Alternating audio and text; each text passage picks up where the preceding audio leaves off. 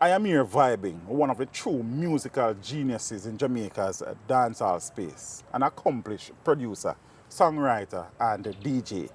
His parents named him Kunley McCarthy, and today he shares his story.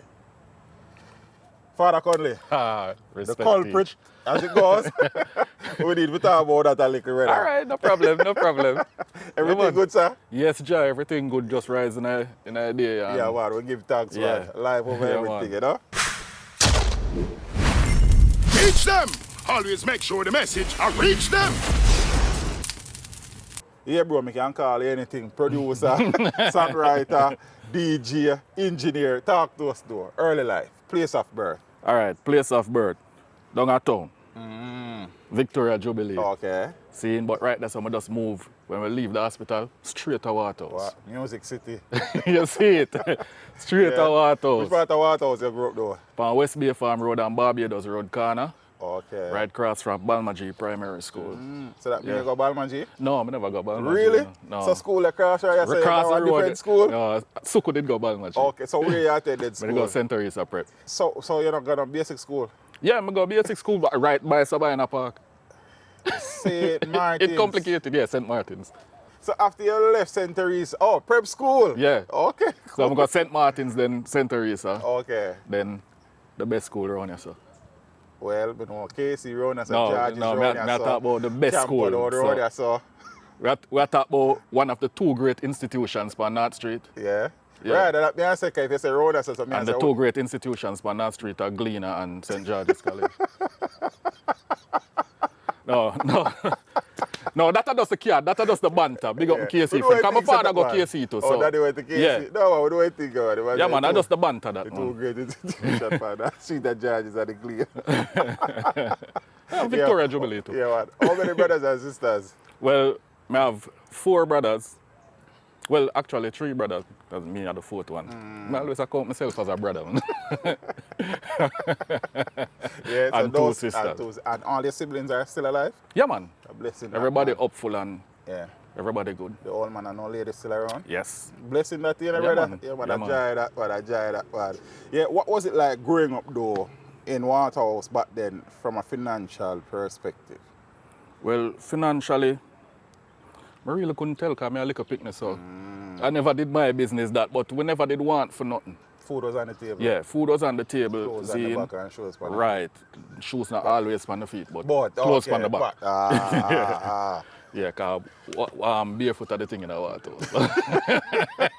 I think in the reading it says that the old man was a soldier? Yes, JDF. Okay. 70 in the 70s. Okay, Yeah. okay. And also that your first love was actually football? Football still is. Still is? Yeah. Yeah? Yeah. Well, And you other than my son. Other than your son. And you actually played football Yeah. for a while? All right, let me tell you this. Injury are the reason why I do music. You love football for children. So where you suffered the injury? At what stage? Just before high school, just before I high got school. George's. Oh, okay. And when it need corrective surgery, but you know, say as Waterhouse youth. Oh, the money wasn't Yeah. there. So I have to go and work with. In a high school, I try, I just couldn't manage. As I run out on the big field, I couldn't Oh, a manage. knee, ankle, Yeah, what? knee. But football was the first love. Yes. Yeah? So now, how do loving football, you started to move over now into the whole musical vibration type of thing? All right, let me give you the timeline. Seeing footballer from birth right up to high school. Oh, yeah? Seeing, I couldn't play any serious competition, but would I play like the inter farm and inter house and them thing there. I know I I said play things, that, man. but once the intensity raised, I couldn't manage Can't it. manage. So, right at the end of high school, I discover basketball. Okay. I start playing basketball and I realize I not get no effects from playing basketball. Okay. But by then now, me and Suku start link. And Suku stepfather have a sound in them yard. So I go learn how to play sound. Road Sonic Disco. Right. I go learn how to play. But road even sonic. before this, still, because you say timeline, but we could even go back first. All You right. know Suku from when you were youth? Yeah, from about 5. From 5, because Yeah. I think your mother and Suku mother We're close. My entire family and female entire family, them have a thing there, a youth club in our house back then named GAX. Okay. And my father was an integral part of it as well as a co-founder and Suku parents as well. So them used to always hang out together almost every single day, and of course you go and go road with daddy. Right. Naturally. And them hang out at the yard right beside Suku yard. Okay. That was them hangout spot.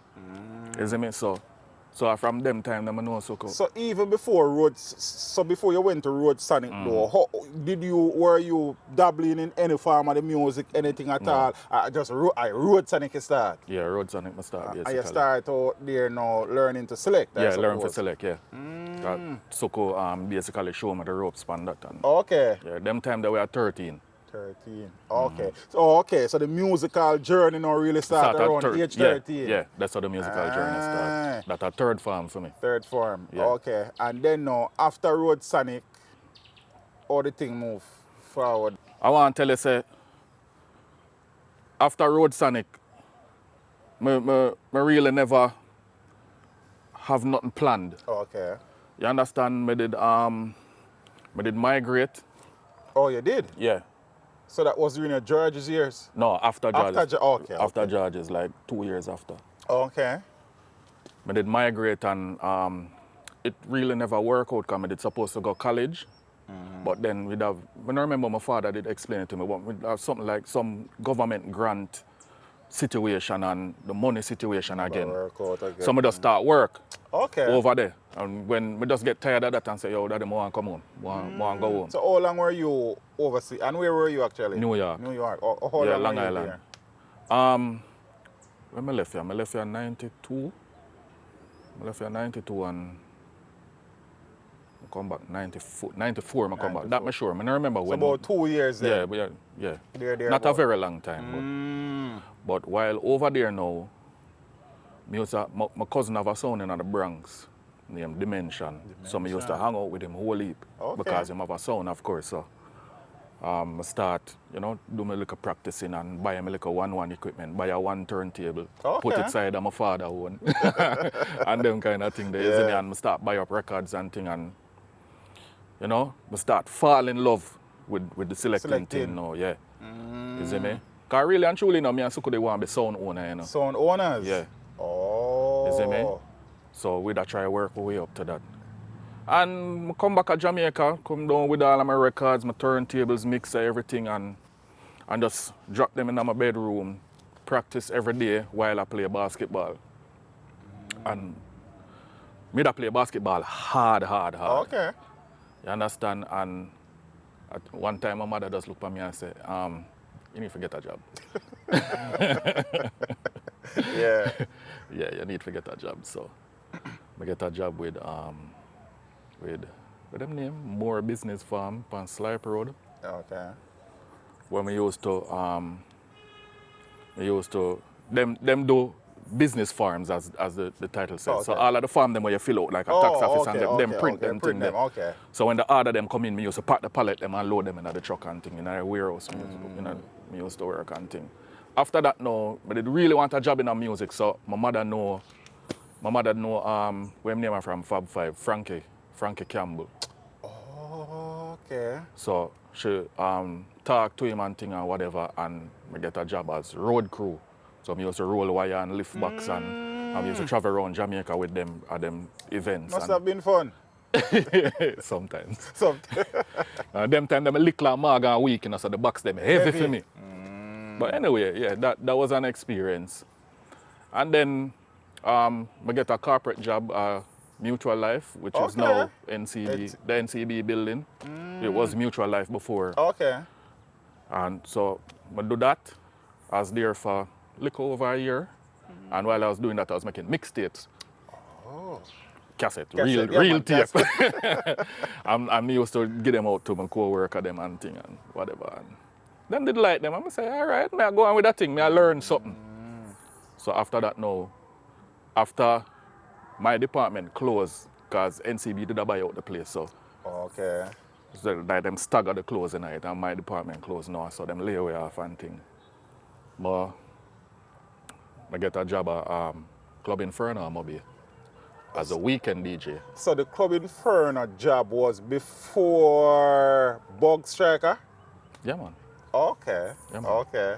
I get the job as a weekend DJ. So you travel go maybe upon the weekend? Yeah, play a forward back. yeah. Every Friday, I go down a town and hold a bus with my big bag with record them. That time you have to walk with the record? Yeah, man, I'm not left my record them down there.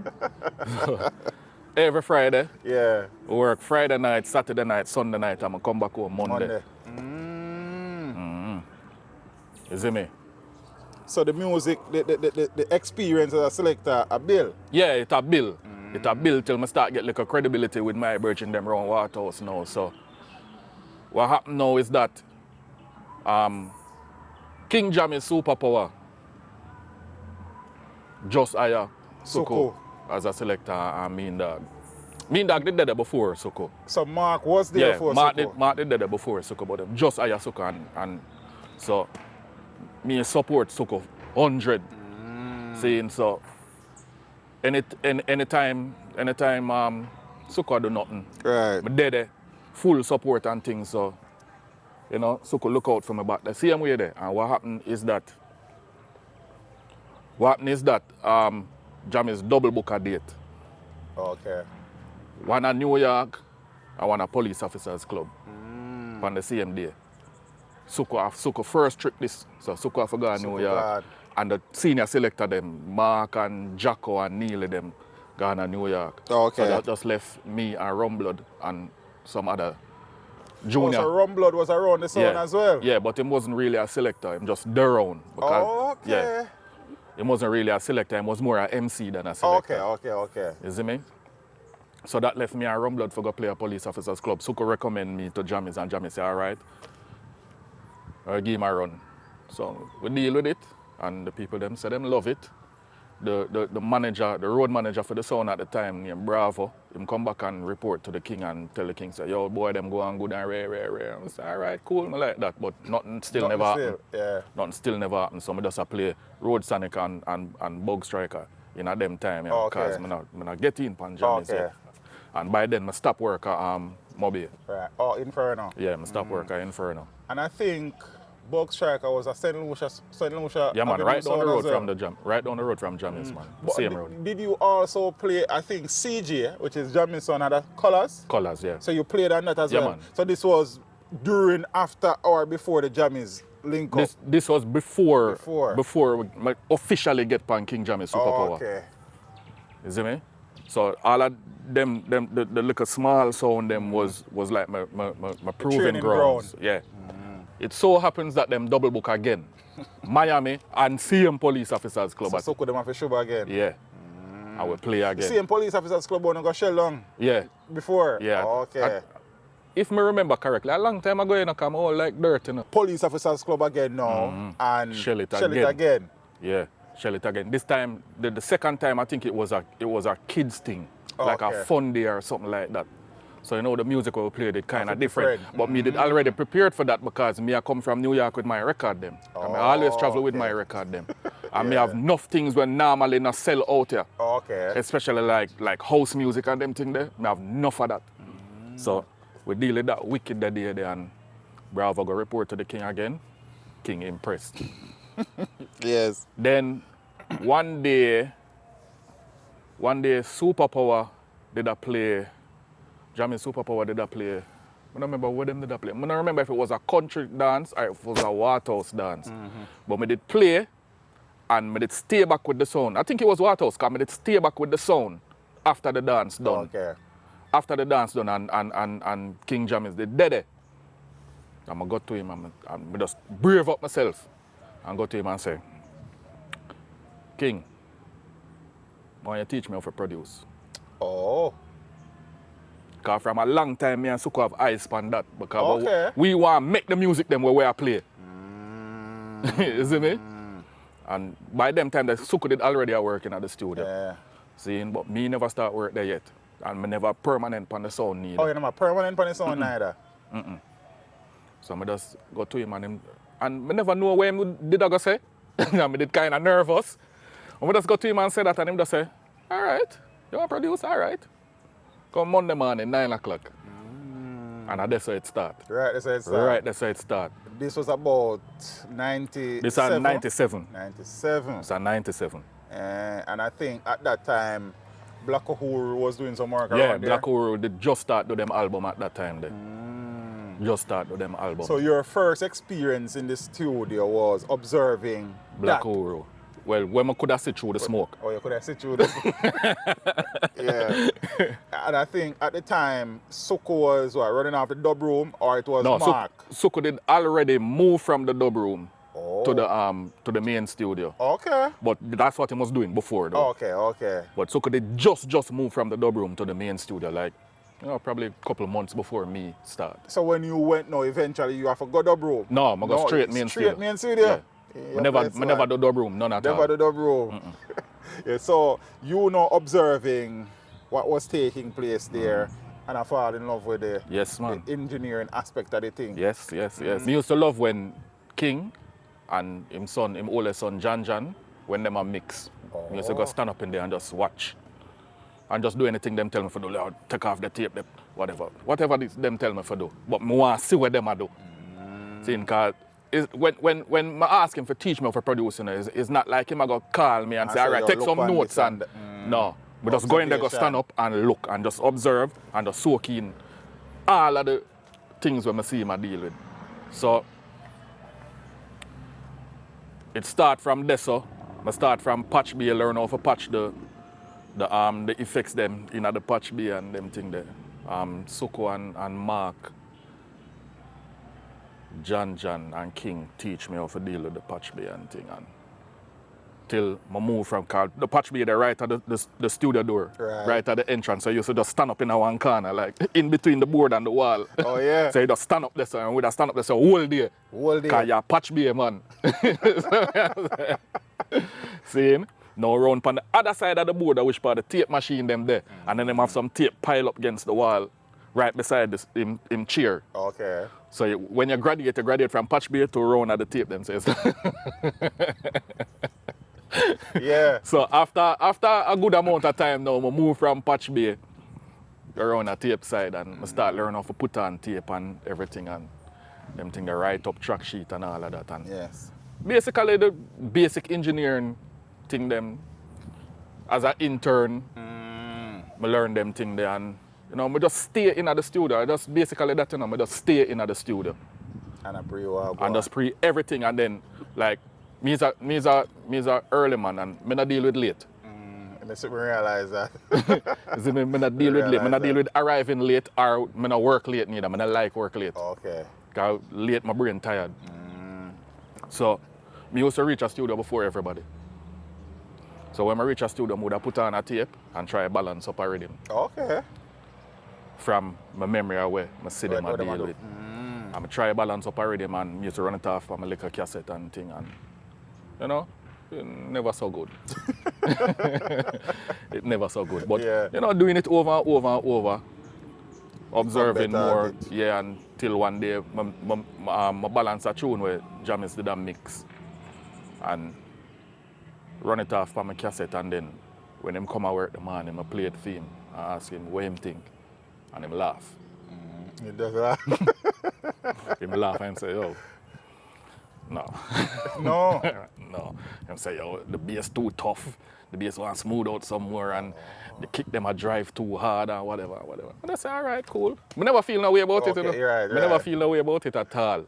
I just want to know, say, him give me the tip them. So you can fix things. Yeah. And then, go on from this and yeah. But I'll pick up back this. I want to step back a little. So whilst you were on Jammies, you can remember any big dance or big clash that you guys were a part of or just sticking in your memory? Well, one was sticking in my memory was we on Stone Love and Jammies Corner. Okay. Stone Love. That was a clash or a juggling dance? No, it was a juggling dance. Oh, okay. But the competitive thing, right, Stone Love have to come mash up Waterhouse. So, I think it was Nico Bam Bam. I don't remember if Billy Slaughter did that, but I know for sure that Nico Bam Bam there. Yeah. And trust me, we deal it with wicked. Even like Stone Love play one round shot, like them no bother come back. Okay. I will play till morning. So no lock off Yeah, Stone Love. that's sticking on my mind. I don't know, I'm not going to say lock off Stone Love. No, sir, I'm not going to say that. But then play a one round shot. Yeah, then play a one round shot. All right, but I'm going to try to set you up here. No, Nico, I called him before. I said, hey, boy.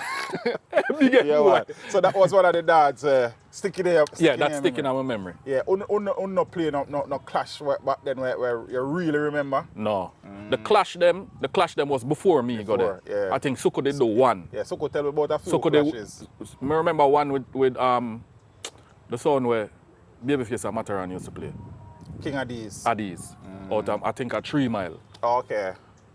That one, I know so the one that stick in a Suko memory. Because that never go on too good. Yeah, and them did try clone him and Yeah, thing. man, he tell me what I want there. Eventually, during the thing, getting the cues and the corrections from King, you started becoming better and better at the Yes, thing. yes. But I think you guys now started really and truly, experimenting around the drum machine. How that reaches. All right, watch her now. When King did that Black Oor album, him have him musician them when him bring in. Oh, it used to be live musicians playing. Yes. So them come in with them bass and them pick and all of them something there. And the drummer would never play live drums, them play on the machine. Oh, who was that? Him name Mikey Spence. Oh, Mikey okay. Yeah. So Mikey did cool, isn't it? Because Mikey is a cool brother. Okay. So him see we as the engineer them in the place and cool with we. We have to help him do it. We have to set up the thing and film and whatever. So him did cool with we. One day, I come in and see my teacher Rumbler though for use the machine. Oh, okay. You see me?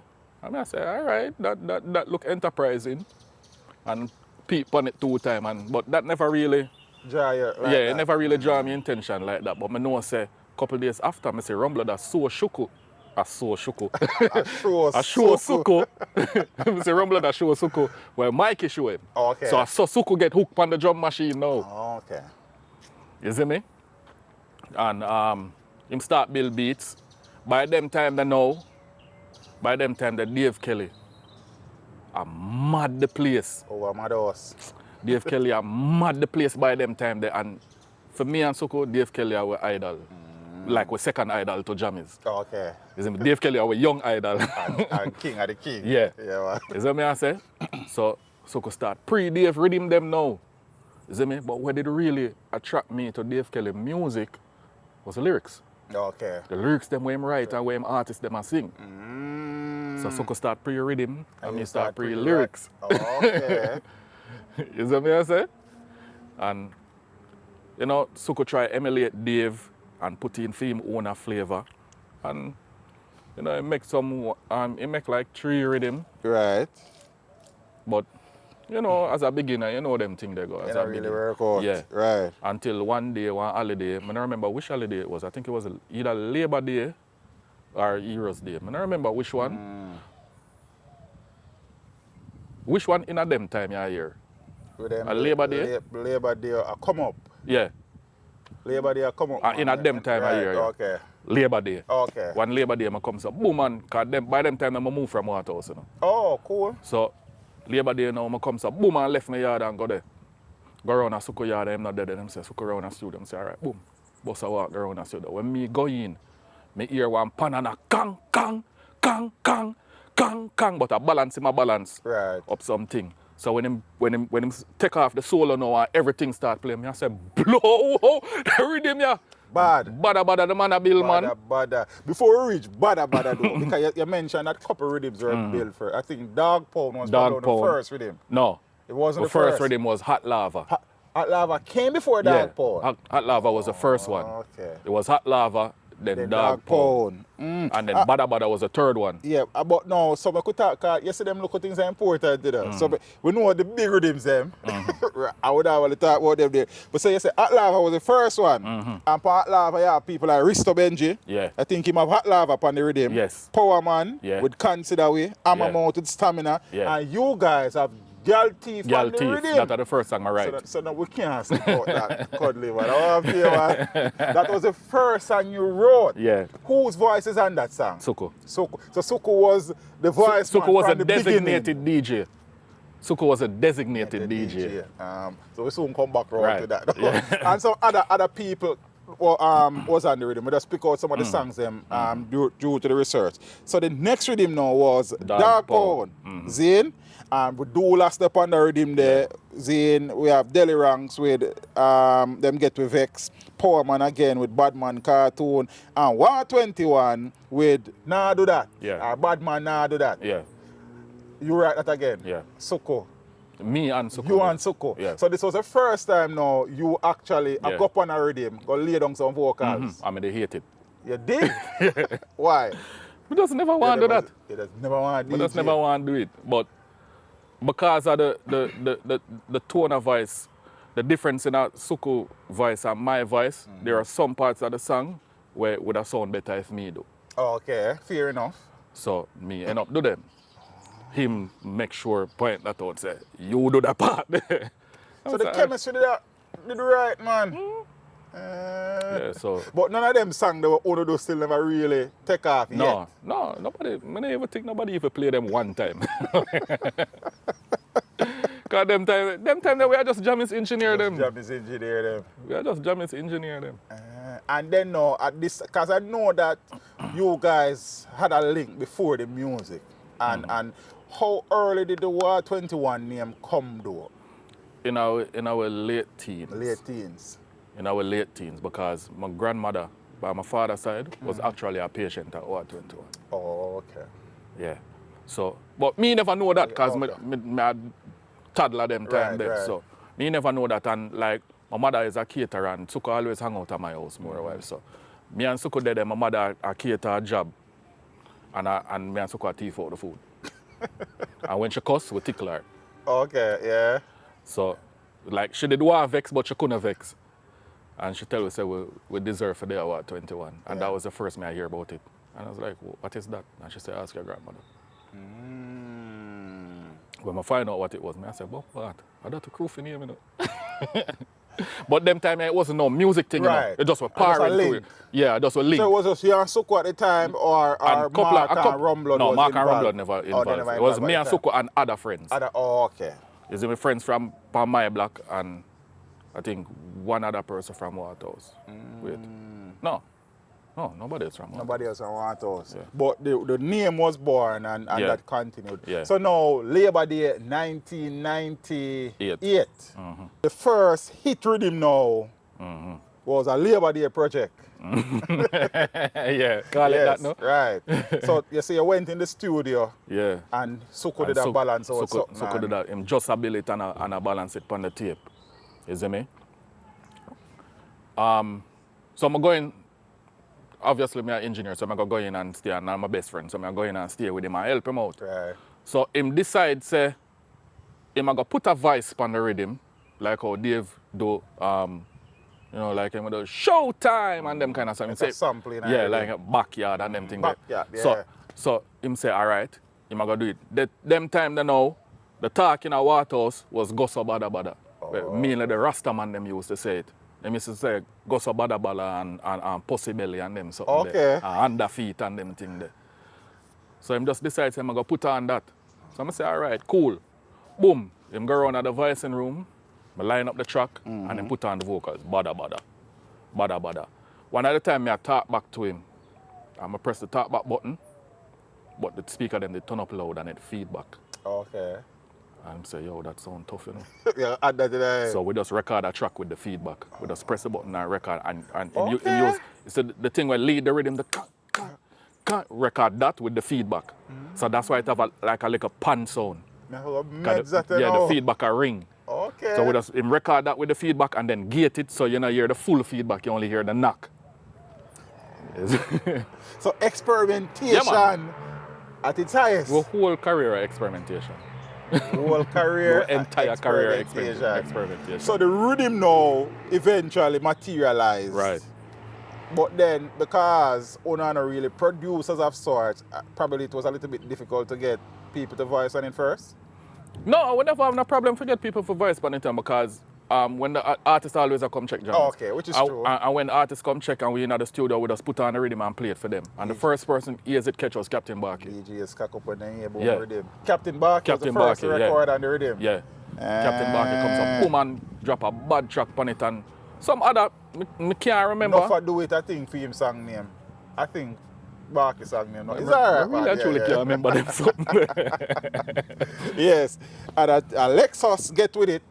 I Yeah, think that was after though. That was after. Yeah. So the early voices and the rhythm was were like Captain Barky and Risto Benji and just the people them who did their The own raw. jammies at the time. Okay. And when word start leak, when it start play on radio and word start leak, say a jammies rhythm, the rest of them start coming. Who first played the rhythm? They play on RFM, and I remember. I remember who played. So people started coming across the rhythm now. Yeah. So Lenny was one of the man Yeah. who jump on the Yeah, rhythm. them time they are thinking they just come from foreign. So I'm come with them hip hop flow, which the tough. You see me? So money, you know that time. Hey yo, Sonny, first of all, give me my money. I use my money and get the whole place bummy. Yeah, man, the tough man. Yes. I think Sean Paul. Yeah, but Sean did come long after. After? Yeah. Oh, okay. Sean did forward long after. Zebra, Selassie, I said me for one. That was after it started After playing. again. Yeah. Beanie Man do watch. So alright, as we reach Beanie Man, can I go leave phone song for further down. As Beanie Man do about 3 songs on the rhythm. As a matter of fact, Beanie Man do Better Learn, now Walla Walla, and Now Watch Nothing. But Beanie Man was at Shocking Vibes. Yes. And Beanie Man was at that thing with Bounty Killer from them 92, them time 93. the camp them was enemy. And then you have Jammies there, sir, and Patrick over there, sir. Yeah. So now, Beanie Man get a cut at the car. Me interview Suko and he say him give Beanie Man a cut and him tell you. But King never take kindly to that. But we never have nothing against Beanie Man because Beanie Man a Waterhouse youth. Right. And a youth who we know a long time. Me and Suko used to beat pan for him. For Beanie? Yeah, pan the corner. You see me? Oh yeah. So we never think nothing of it, but we never know say Jammys would have take it that way there. But Beanie Man, they just love the rhythm and say him want a cut. What Jammies actually said though, if you can say? You'd have to ask Suko that. Oh, so he spoke to Suko about it? As Suko Can't deal really with Suko give me- it. Yeah, Suko deal with it. Me never really know nothing about it. Right. You see me? But that I suppose also help the profile of the rhythm. Of course. And your guys' profile. It's the main reason why the rhythm jump off. Because who did hot like Beanie Man other than Killer? True. In a them time there. Right. You see me? Here we go on now. The reason why I don't know much about it, because them time there, you know, I moved from Waterhouse already, you know. Oh, okay. So and you just Suko still live at Waterhouse, you you know. just go studio. So them think they go on at night when me gone home. Oh, okay. You see me? Because Suko just live around the block from the studio. Right. So Beanie Man take the rhythm now. Yeah, man. And really and truly break the rhythm. Yes. But Yeah. King never please. No, I'm never pleased at all. Well, I guess probably never please if initially, but since that's the rhythm bust now, then I mean, what you gonna do? Him did pleased after. Him did really pleased after. Yeah, man. At Harry Toddler, I fasted them, big tune pan the rhythm as well. Toddler had a big tune pan the rhythm as well. Yes. And that rhythm, before we even get to your song, had many songs. Some of the Over songs 50. that we never hear about it. Over 50 Over 50 songs. Over 50 songs. The only person probably never voiced on it was Luciano. Was Lucy. I don't know how him do it, but it's like everybody in the industry voice on the rhythm. You guys voice on Hot Lava and Dog Pound, but them song there never really and truly get no love in the streets. The first hit song that you guys had now, Haters, that was written by you, Fisuku. But how you do the song? Talk to me. All right, before we reach Haters, Okay. 2 songs did depend on it from we before that, you know. Yes. The first song voice on it did name Bada Bada, where Suku. Right. Suku did do. right. Him one did do that. I never did it when that do. Okay. And then we do a song name, wait name again? So the song, I do research, you know. What You Wanna Do or something like that. I don't remember Okay. what the song name. We did do that, but that never even sound good to me. Yeah. So we reach Haters now. Oh, your voice was on that? Yes. You and Suko? Yeah. Okay. And Rumblood. And Rumblood, okay. We reach Haters now. All right, here we Haters start now. Haters is a serious story, you know. Okay. I still a play basketball. Okay. I'm still a play basketball hard. As 5 o'clock come and work done, I'm gone. You're gonna Because court. I go play ball. So, one Sunday, me in my house, me and my girlfriend in there watch TV or whatever. And the man them a play basketball outside because we have our own court on our complex. Okay. See, the man them outside a play basketball. Me are the basically the resident baller to the place. But I never want to play in a ball today. I think a NASCAR me that watch or something. Okay. I don't remember. Yeah, because I know you love the carry thing Yeah. there, so we'll get to that. Yeah, so the man them outside I play ball and one of my brethren them will live on the next building beside mine. Invite 2 youth from a next complex to come play ball as well. And the man them out there play ball and one of the youth them from my building, mother call him. His mother call him inside to come deal with some things. So before him go inside to his mother, him come knock on my door and say, yo, take my game for me till I come back. Okay. Serious business run I part there. You see me? Yeah. Man say, yo, take my game for me till I come back. I say, all right, cool, no problem. I go out there, I have on a shirt, I have on a jeans. And I think I barefoot, I go out there to go play barefoot. I go out there, go play and like, when I remember we play the game and I go for a layup.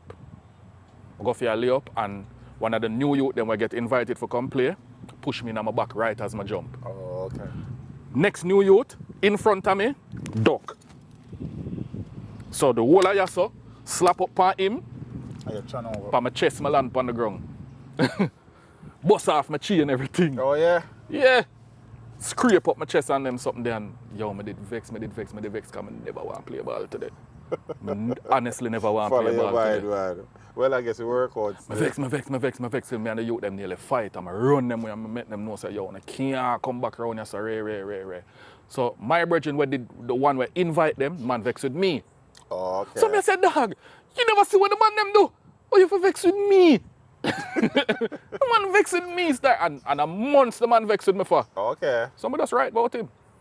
Not for them, no for them, not like it. Because nice is a basketball term, you know. Okay. Because remember, say nobody never starts saying nice in a dance hall yet, you know. Okay. Nice with the dribble, nice with the jump shot. Nice was a basketball term, so Okay. me a right, and me just a right. And then, me never have enough to write about him one, so me just write some other thing. But I basically, him make me write it. Right. Seeing? Them time they know, me never know what me a do, really. So what me do is use the flow from General Degree song, Bag of Things. Okay. This I want to name, no figure long bad. When uno touch asylum, uno mad. Enough of them, they not like we call we nice. I bust the platinum wrist with all a finger full of. Me use the same flow there. Okay. Me never have no hook feet nor nothing. Me just have the two 16 bar verse them. Them time nobody never do 16 bar verse neither. Yeah. Cause me a hip hop head. Yeah.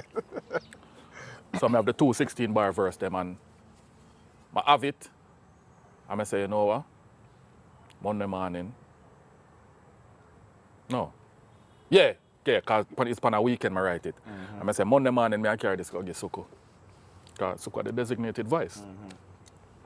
So I come, so boom, no one. Select the birds. Early Monday morning, studio time, jump on my bus, go down to Waterhouse. I reach our Waterhouse and come, so boom. Link Suko. By them time, you know, Suko the head engineer, so him keep the studio key. Oh, okay. So, I go check him. If him now come around at the studio, I take the key, go open up the place. You see me? I go check him and very enthusiastic. Yo, dog, man, I have something for you, rare. That me a rehearsing in my mind. Come off of the bus and walk along there and boop, knock on him window. Window can't open. His sister open the door. I'm going in the room and I see the man still asleep. And I said, yo, dog, I have something for you though, right now. The man said, yo, dog, I get up. And work late. Him say, nah, get up. I say, yo, I want this to no, dog. And I say, yo, nah, get up there. I'm so forward, man, nah, get up. And I say, all right, cool, whatever. But just take the key and go around there. Open up the place, put on the bada, balance it up little, and run blood forward. I say, run blood walk in them time there. And I say, yo, record this. Them what I do for you, man. Yeah, I do the demo for Suko. Them what I do for you, man. Yeah. I'm going there, enough for them to put so then on do the verse them. By them time, I know, I just, on my way down to Waterhouse, I listen to my disc man. Right. Because we used to carry CD then. Okay. I listen to my disc man and I listen to the soundtrack for Any Given Sunday. Okay. And LL Cool J have a song on it. I don't remember what the song name. But right at the start of the song, him said, I knew you were a freak before the album went platinum. You hardly speak and now your skin grinning. Gassed off the chrome rims in. And I say, me never have, me never have no chorus for the song, me just have the lyrics them. Right. So I just go into the studio and just build something, write something real quick. Enough of them are freak. You see me? And I just record it. And before I done record it, Paul Elliott walking at the studio. Yeah, Culture Paul walking at the studio. John walking at the studio. And probably about half hour after that, Suko walk in. You see me? Me never know say them walk in because in a Jammy's voicing room, it not have no window. You can't see what going on in the control room. So me alone, me just comfortable in there with rum blood. So me comes up back now and done the way me I do a rum blood. Say, yeah man, I hate that. I walk out, I dry off my sweat, I open the studio door, and the blow out cold AC slap me and I come and look and I see a bag of people in the studio. I just slap back the door and walk away. I just slap back the door and walk away. You know, I my nerve. Yo, my nerve. And a beer nice man them in there I make. And I say, what go on? And Suko come call me and say, yo, dog, what you do? This bad. I say, yeah, but are you for sing it? I say, me for sing what? You mad? This bad. Yeah. Man say, yo, this bad. I say, for real? All right. But I still feel shy and timid, you know, so I'm not bother go back in the studio. I just stand up outside of the studio door while Suko balance it up, because Suko just come and take over from Rumblood now. And John in there talk about bag of things. I now hear him say, the music play loud and Paul Elliott them and right. Other people they in there too, but I don't remember who else. You see me? And that was that. Suko comes to now about a couple weeks later, Suko balance it up because we already have the first. first. Not mix the song? Yeah. Okay. We already have the first set of song them ready for go press. Oh, okay. So Suko mix our one because he want to press it with the first set. See? And him comes back now and mix it off and run them off on that. So when a master in time now, Jammies come listen the song them and pick one for master. So him comes back now and I pick out the rest of the song them and them make the list and then play our song. And the rhythm start and it have the weird intro on it. It have the weird intro on it and right as I start DJ now, I know for them that they not like we call me that Jammies comes up. Got the bad word. Yeah, well bad word in the first line. The very first line, like why? I said, no sir. I said, all right, whatever. Just like that? Yeah. I just say, all right, whatever. I just some did feel, that's why I write it that way there. I just write on my feel. Right. You see me? Anyway, I'm say, them song you for master, our song never did for master or whatever. And Suko say, all right, Suko the one we go dynamics go do get the mastering done. So Suko comes back now and get the dot with the tune them on it for go master and press and get him list and everything and jump and taxi and go on a dynamics on a 3 mile. When them done them just comes and link Simo and say, yo, master this too. He just say, master this too. So him comes up, boop now and get it mastered. While it a master, weep out down a dynamics a collect record. Okay. And I think him did a master too. And him going at the mastering room and hear it. I said, yo, I want this for Stone Love. Don't play it. Him want this, no, I owe this. The same evening when the master and go, I say, weep out, come around there. At the one time I never left early. At destiny, man. The one time I never left early. Yeah. I see him forward. And I say, me starstruck now, you know. Because remember, I want to be sound owner, you know. See, and I get used to Jammies by now. Right. See, but now I say, weep out. Father Paul. I say, Father Paul in front of me, and Father Paul say, yo, I hear now master song. I want the song upon dub. Who you want to talk to? Uno or Jammies? Jammies him talk to. Him want the song upon dub for play tonight in an asylum. Oh, yeah? Remember when Stone Love used to play Thursday night? Right. He wanted to play tonight in an asylum. And them go on till Jammies figure out which song. Because Jammies never knows how the song master, you know. He can't say nothing master. So, them figure out which song. And King just say, all right, I'm my boy them, man. Ray and just put on the tape. Stone Love the only person get it on tape. Everybody else get it in a dub room. Stone Love get it from the original tape. Put it on the tape and I go around and go sing it. Never know what I do. Because I don't think I say Stone Love enough in it. Okay. Because I only know the lyrics straight. I don't know if I do dub nor nothing.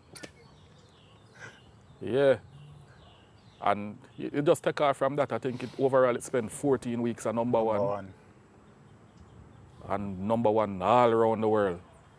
Enough country. I don't even know them details there because them time all of the info I go to Jammy's office. I suppose Jammy start like, you know. Yeah, man, love it, man. Oh, yes, man.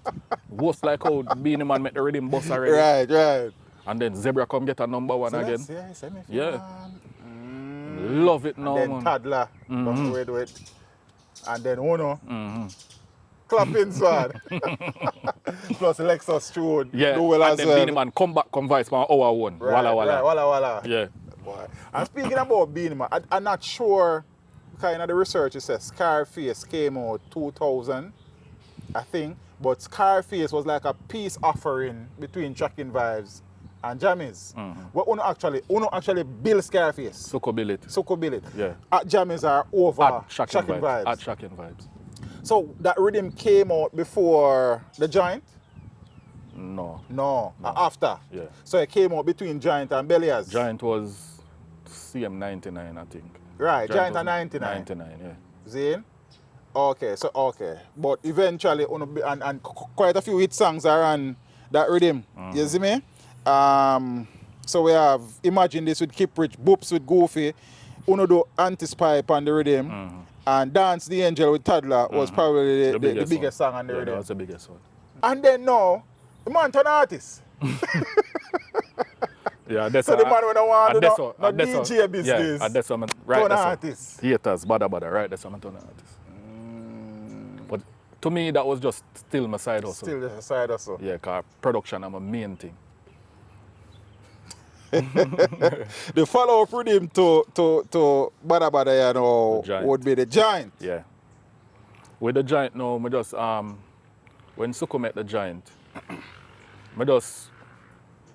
I still never know when I do too tough. So I just try to write a song similar to Haters. Okay. But change the flow a little bit. Right. You see me? And I get the Judgment Day. Yeah, I get Judgment Day and that basically come from Method Man. Oh, okay. Yeah, him did have a song named Judgment Day on him Tickle album. And I really love a rap thing with you. no man, I'm a hip hop head, man. Hip hop. Yeah? Yeah.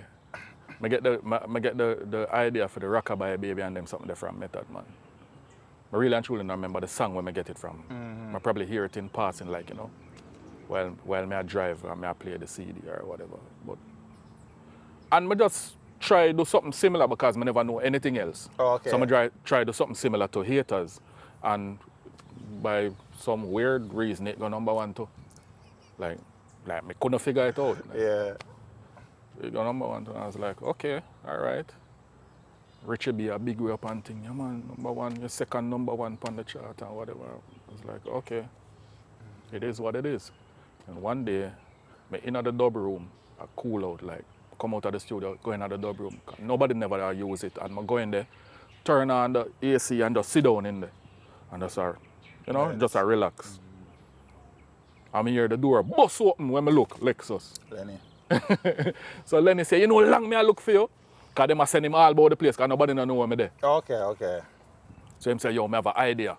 You know, DMX song where I talk, God him did I talk to her, whatever, the devil or whatever him did. I don't remember that song. Him say, I want to do a song like that. Divine Reasoning. Give me the idea. And him comes up and tell me exactly where him want to do. So me and him just left from out of the dub room, go around the tape room, around the front of the studio. And me and him just sit down and pen it out. You co-wrote the song? Yeah. I know your voice is on the song. Yeah. But I didn't know you were writing credits. Yeah, man. And me and him writing on. Every night we go, we have to pray. Every night we go to my bed, me have to pray. Thank the Father God. Big tune. Yeah. But at the time, I never put my name on the song because me I do the voice of God. Oh. And that's the reason why I never put my name on the song. Okay. Because then we just say, I play God. You don't want to deal with that backlash, potential backlash. Potential backlash, me I play God. Not just music, man. Yeah, but me never know that them time there. That me assure you say me still not know nothing. Okay. You So remember just just a create. Lexus, Yeah. Yeah, Lexus name alone depend it. Okay. Them time me just a create. I think it was at this time now that you guys were officially signed to Jammys. Yes. Because I think you guys were signed before Belias. Yeah. We did sign them time there because that did come out on our label. We did get label. Mentally Disturbed. Mentally Disturbed. Yeah, Giant did come out on Mentally Disturbed. Bada did come out on Jammys. Jammys. Yeah. Oh, okay. Without going into too much details of the contract was an album-based contract or it was a time frame type of contract with Jammys? Because I know you guys did 2 albums for him. Yeah, I think it was a time frame. Oh. No, the album contract wasn't with us. It was between Jammys and Green Sleeves. Oh, Green Sleeve, yeah, Yeah, one of the Green- signed to Green Sleeve. From what I understand, Jammys was supposed to produce 3 or 21 albums for Green Sleeve. But we never signed To the Green album. Sleeve. We signed to Jammys.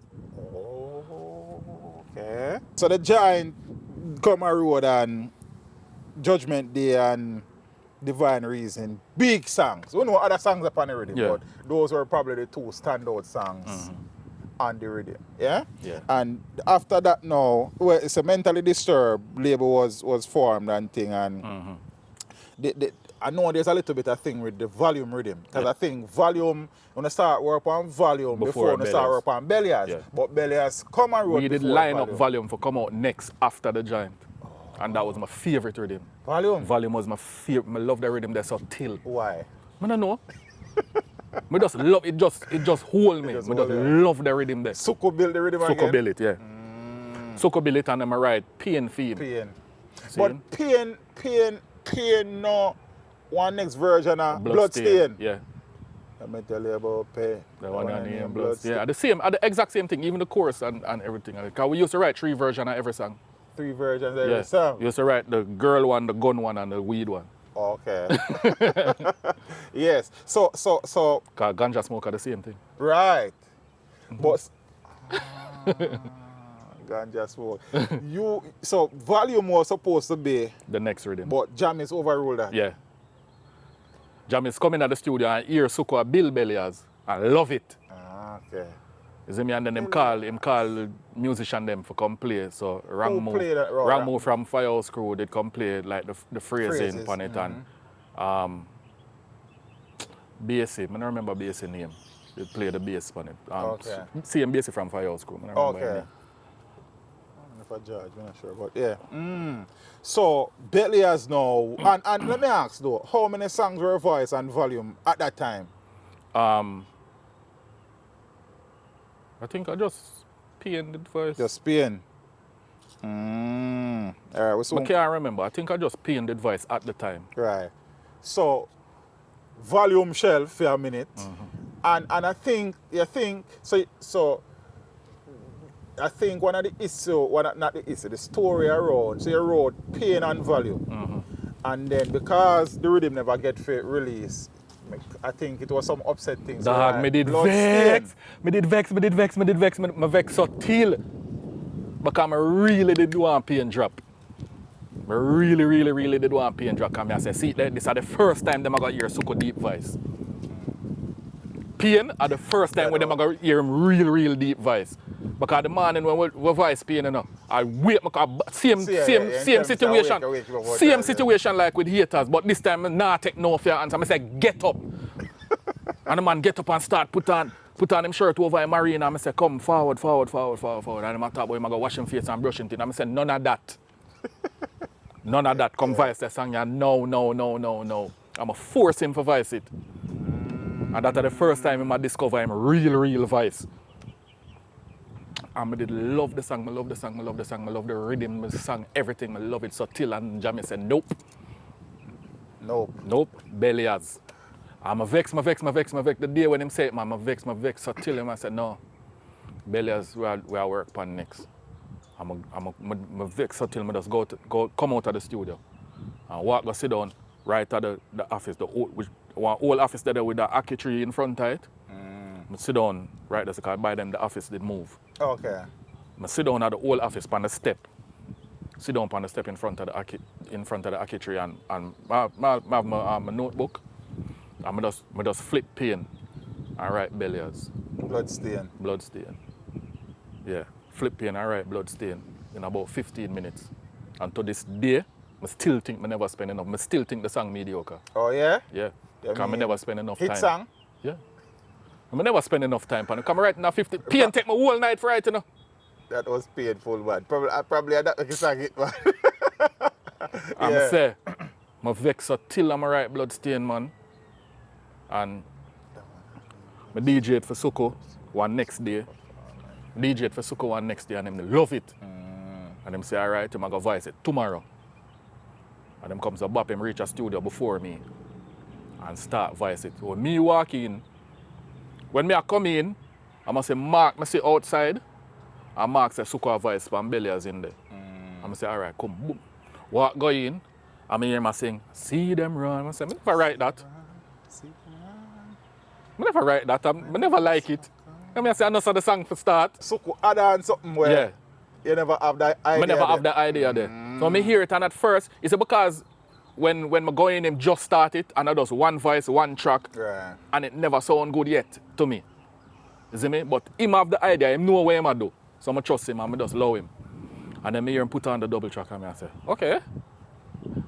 And the ad-libs. And I say, all right. But I never know where him get that from. It's a Snoop Dogg song him get it from. She's in love with a thug. She's in love with a thug. Whatever. Right. And I say, all right. And then I'm going on. The one I name Blood. Because Rumblood record. Because Rumblood was star recording engineer. And Rumblood record all of the hit. All of the hit them. All right, as if I said the one and named Bloodstain Rumblood, press the talk back button and say, Suko! you hear it on the record. Okay. Yeah, so the song they do and I go do the chorus. And if anybody listen to it, I'm not repeat nothing in the chorus. I'm not repeat. When I say, boy, get your head right. Bad man, I say tonight, I say bad man one time. Okay. And every time after that, I say somebody else's name. Okay. I call every name where work at Jam is. So every part of the chorus, right, I say that's something different. Yeah, something different. Oh, Bloodstain come stain up rhythm, basically. Whole heap of tune for the rhythm. We have Watchy Poo Modeli, we have Toddler, you know, which is what your friend Zane. And the biggest one. Yeah. Capleton. But Beanie Vice first one, the rhythm? No, Capleton. Capleton Vice. So Capleton tune was the counteraction for Beanie Man song? No. Talk to me Capleton then. just a bonfire. Just a That the fire era, you know. So Yeah, man, we know. Capleton just go every studio just burn a fire. Never do that talk about Beanie Man. Why me have it say Beanie Man Vice, Heights of Great Man first and then Capleton go slow them? I don't know if I ask Suko about that, because I know. I'm not sure that conversation that we have with Suko, man. After Beanie Man Vice, Capleton come around there with the whole Well, if Suko says so, I saw it go, because I have a better memory with them things than me. Slow them, I be your feelings, them I carry. Them done boy already, and them can't say them sorry, yeah. Suko remember them things they better than me. I think I go, but you were there, brother. So because I said tentatively in my head, cautiously. No, I never did that for all night. I know fight go on at night. I think Beanie Vice first, Heights of Great Men, and then Student was a counteraction. I think I could be wrong. But you see, can make me never watch back Suko interview. you could also be right, but at the same time, Yeah. my logic say that Capleton never know Beanie Man song. The song not come out yet. Okay. Well, I guess We only have Beanie Man song on the tape. Capleton wouldn't know that, so he wouldn't have. I am here, say Beanie Vice. I don't know. I don't remember neither. As me and Suko go through this, but Yeah. I never watched back Suko interview preparing yeah, for this. yeah. I probably should have.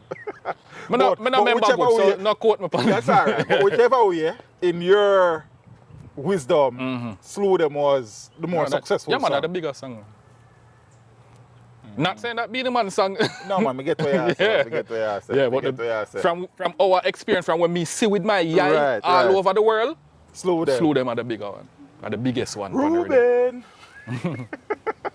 Yeah, big bad rhythm again. It sang for days. And we have 3 songs on the rhythm. Right. Zane, because we don't have Melody of War with Wayne Marshall too. So with Wayne, you know, I think Wayne was Baby G Parry. Yes.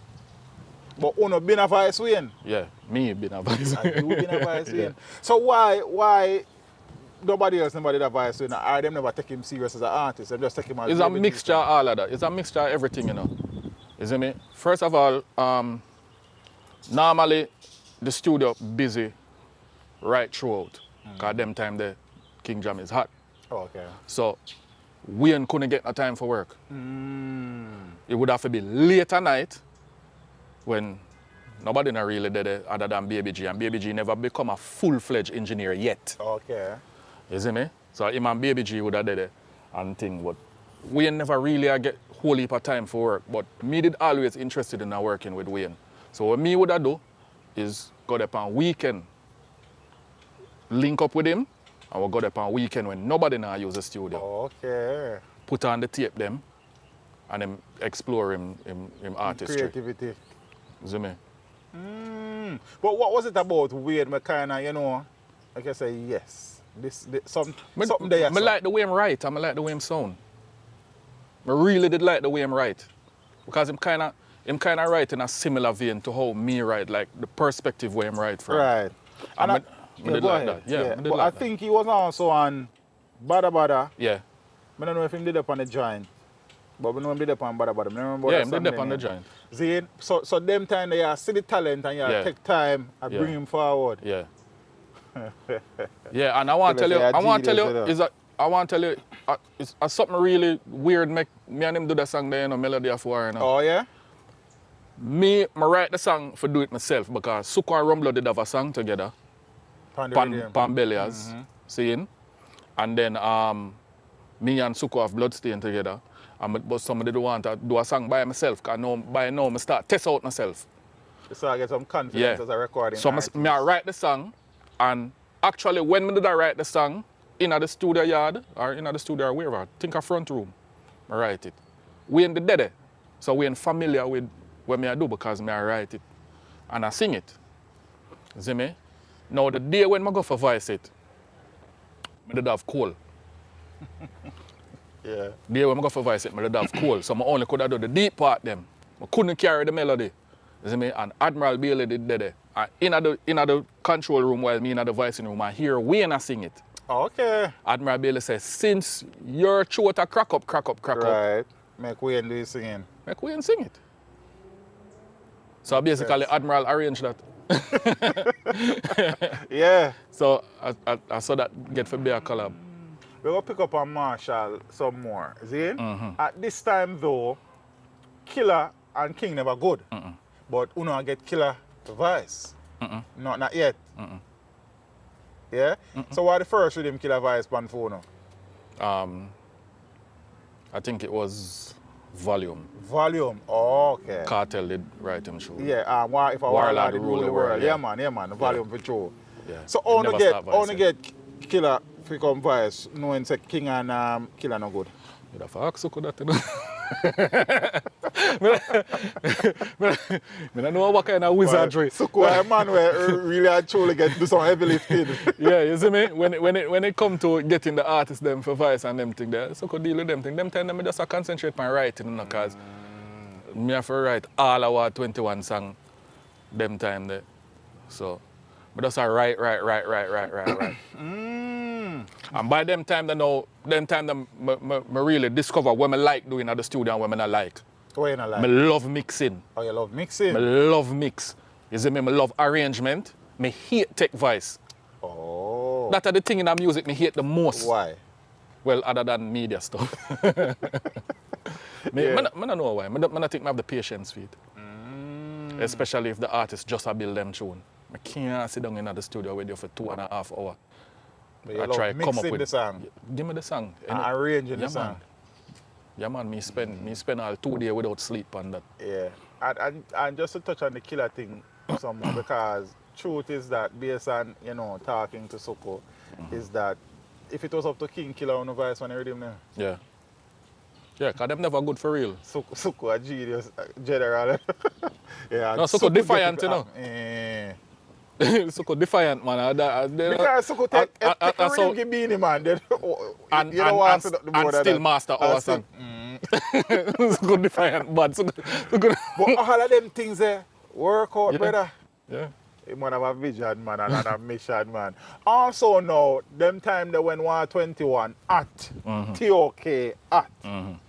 It has been said that, you know, there was some rivalry or beef with Uno and TOK. That's but all made up. all made up. Media make it up. Because Uno voice TOK Of from course. Bada Bada. Virgin, we love TOK. Yo, you wouldn't even know. Me rate the man them so till. The first time I ever see them I when I work at Club Inferno, them come down, they come perform one weekend. Okay. Them time me just barely start play sound. You see me? Me rate the man, them I buy them, them get my money, I buy them take your record. money and buy the yeah, record. I take my money and buy TOK records. So we, you know, you say media, you probably don't call the name still, but so it was designed to be a TOK ARP type of vibe. Yeah, something like that, but That was the intention. the radio this jacket them do it. Read this jacket there. Yeah. Them all have call in and say, who wanna prefer, and them kind of something, and that divide people. Once you give them options and ask them Start who them divided. prefer, you know say it all cause division. And people used to say, yo, Ward versus TOK. And I say, yo, you know Ward versus TOK. First of all, TOK, they are before we. Right. Seeing? And we look up to them, we rate them fully. Seeing? So all of that was made up. But whenever social media them time, they say we couldn't really address it and kill it. But nothing like that. Nothing like that. Was no beef, no rivalry, no nothing. The only group where we really never connect with was RDX. Okay. That are the only group where we never really connect with them because them never there around with enough. Them never come around with enough. You see me I say? But like TOK, ARP, Vice, see all Vice mail? I'm a dog them that. And even before that, Innocent Crew. Yeah man. So on the whole of the man them good. Yeah man, we on the whole of them good man. At this time now though, you guys were, especially after you guys were signed to Greensleeve, well when Jamie signed to Greensleeve, you guys were touring extensively. Yeah. Europe, We like on the yard. start tour 2000. Yeah, 2000. 2000. First tour we go up on with Vegas. Either 2000 or 2001, I can't remember. Right. Either 0 or 1. Oh, as I say Vegas, because now Vegas man belly, man you should have see the position. Yeah, what? So No. See the position that was... What Arab. about that? Belia, I think in Belia's song was 1 minute more. 1 minute more. Oh, so see the position. I think that was Bada Bada. Bada Bada. Yeah. Okay. Bada Bada for true, man. Yeah. Bada Bada. See? So Uno and Vegas have a link there. So Yeah. Vegas end up count up. Vegas and Vegas Greensleeve. count up on the road or Uno go up on the road with Vegas. Greensleeve organized it. Oh, okay. Because So Vegas, it's like is Greensleeve tour. Vegas was basically the head of the Greensleeve contingent Okay. for Jamaica. So Uno did go with Vegas We do 16 shows in Europe. in Europe. So Yeah. Europe was on the first tour. Yeah. We did go Europe before that though, you know. But we just go do By some yourself? like festivals. By yourself? No, we go with other artists. Okay. But you know festival vibes go. So Right. we go with like Killer never go. We go with like Buccaneer, Spraga, TOK did go to, Left Side. Sharon Burke did deal with that. Solid. So we did do like a couple of festivals before we go up on tour with Vegas. Okay. You say did 16 shows Yeah. on the road with Vegas. Yeah. 16 show. 16 show in Multiple countries. I think or in a 19 day. 19 there. Oh. Yeah. And Rough schedule that, brother. bro, Yeah. me nearly dead when I come home. Oh, yeah? Or 2 weeks I sleep for. Yeah. Yeah.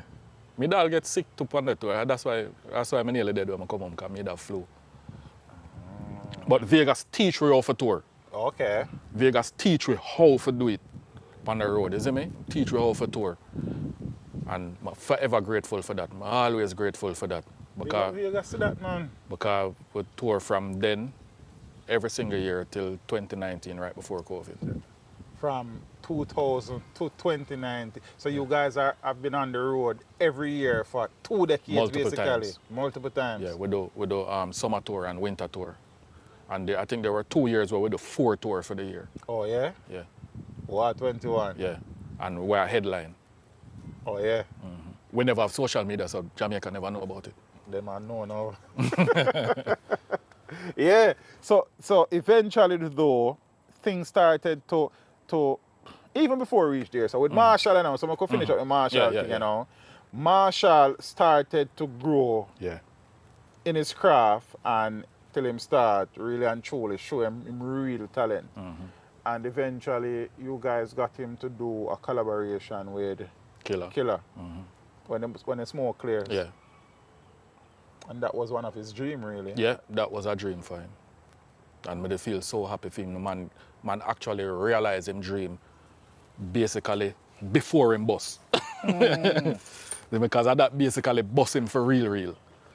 So him get to realize when I'm dream them early out in his career. Yeah, and eventually now he went over to Alliance. Jammies never please. No, I don't think so. I really and truly don't remember the Marshall situation did go, but I know say Marshall was a part of the Jammies camp and him leave. He was he officially signed to Jammies? By Jammies? With Jammies? I think so. I'm not sure. I'm not sure about that one there at all. Oh, okay. But what me get to understand is that somewhere along the line, it's not just Jammies, but the whole setup around by St. Lucia Road was not happy with that. Well, me never have no problem with it. Yeah, because, you know. What? And Killer was Marshall idol. And Killer our DJ. So, yeah. Marshall eventually move on and we are going to come back around here. So, but Volume Rhythm, you know, eventually came out. The rhythm where you did want to show out a road for a long time. And phone song and that is Pain.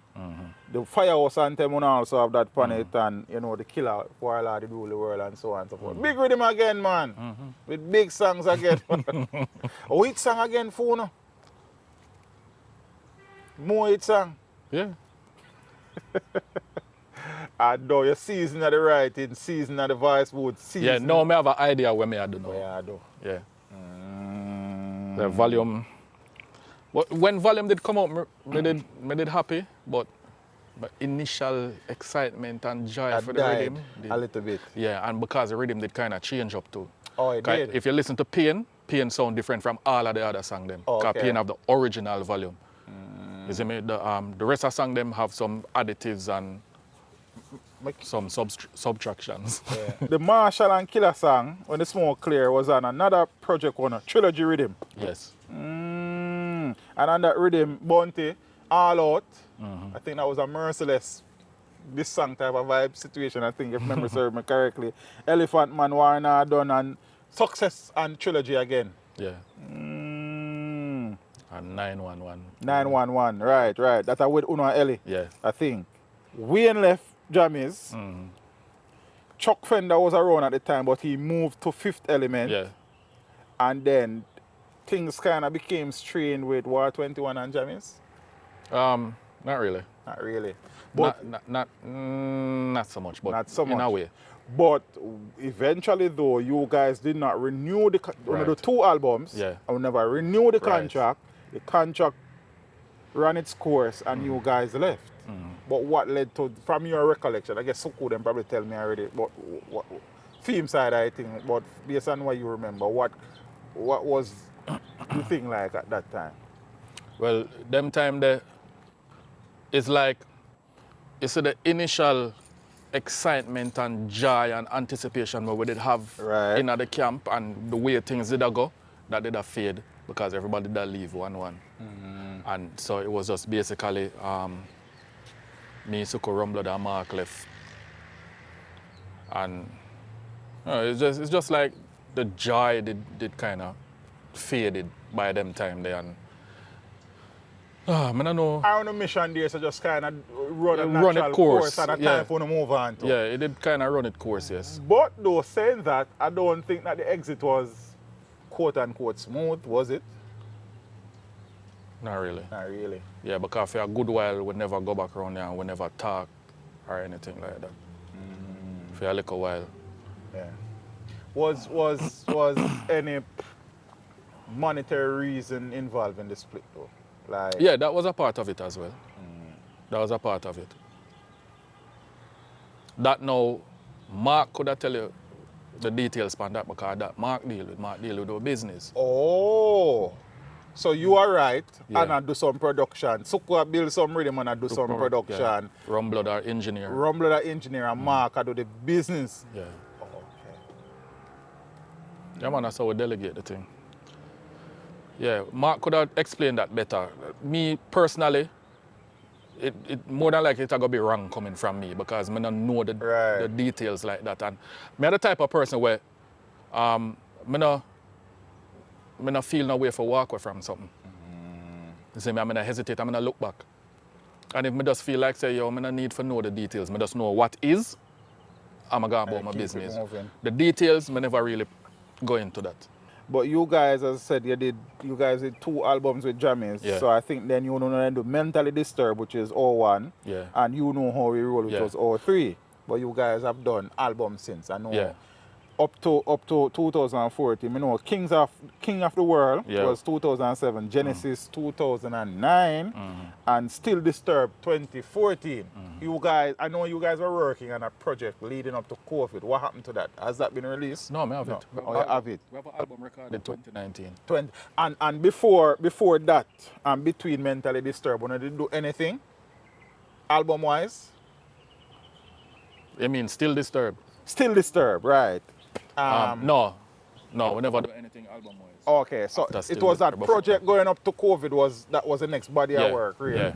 So 5 studio albums under the belt of the group. Yes. And the group has still remained together, despite the fact that everybody kind of do them things solo too sometimes.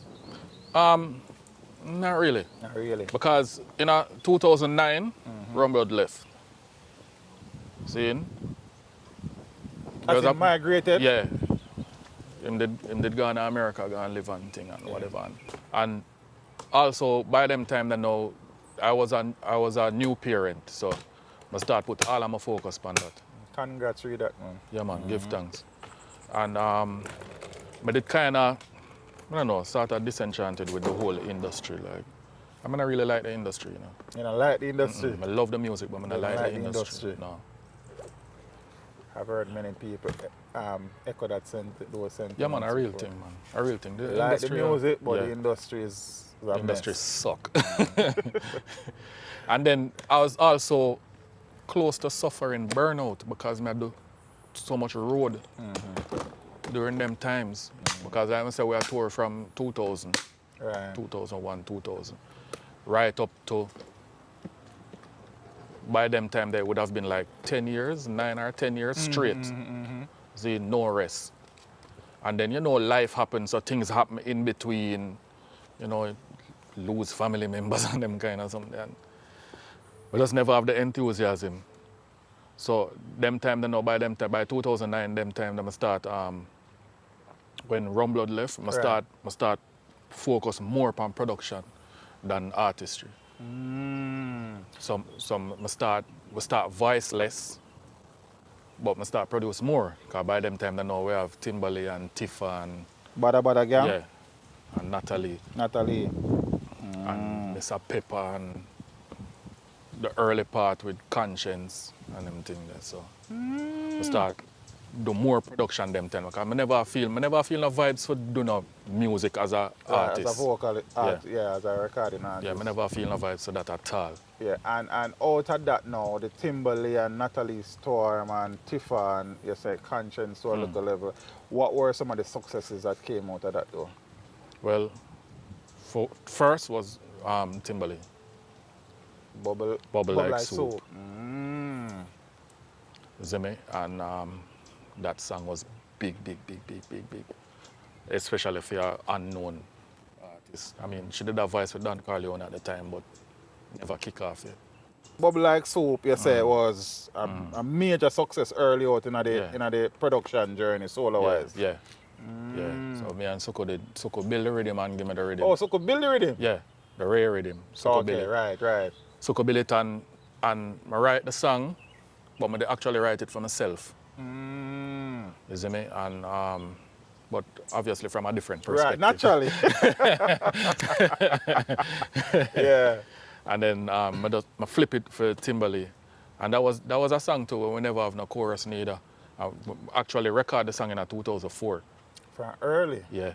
Okay. And it never released till 2006. We record it and it never have no hook. And then 2006, when we run a Natural Bridge studio, Mr. Pepper give me the hook for it. Okay. Nice one. Yeah, so. Oh, so you were around Natural Bridge with Sokoto? Yeah. Oh, I never know that. Yeah, normally when we make them move there, we move as a group. Together? Yeah. Okay. I know Soko was around there. I never know, sir. You understand? Man, he did that. Okay. Yeah, so we are talking about some of the successes them after the Jammies era on your side and things. So we talk about Bubble Like Soap and anything else where leading up long before Elephant Man and them something still. Because you say you did work with Conscience and Natalie and I think you start, how long now you work with Marcy Chin?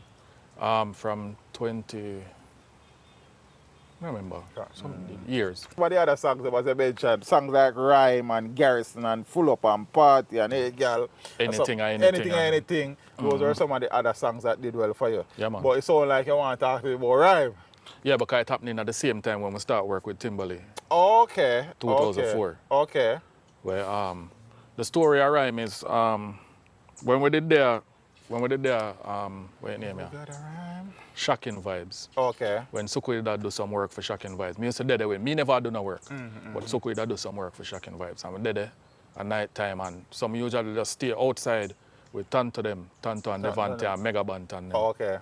See me, and you know, for them thing, I just beer jokes all night. Jokes, nothing but jokes. Them used to have this thing where them sing over people's song in a different artist voice. Okay. So what them used to love do, sing over the most hardcore song in a Gregory Isaacs voice. or Leroy Smart, or Eddie Fitzroy. Okay. Yeah. You see me?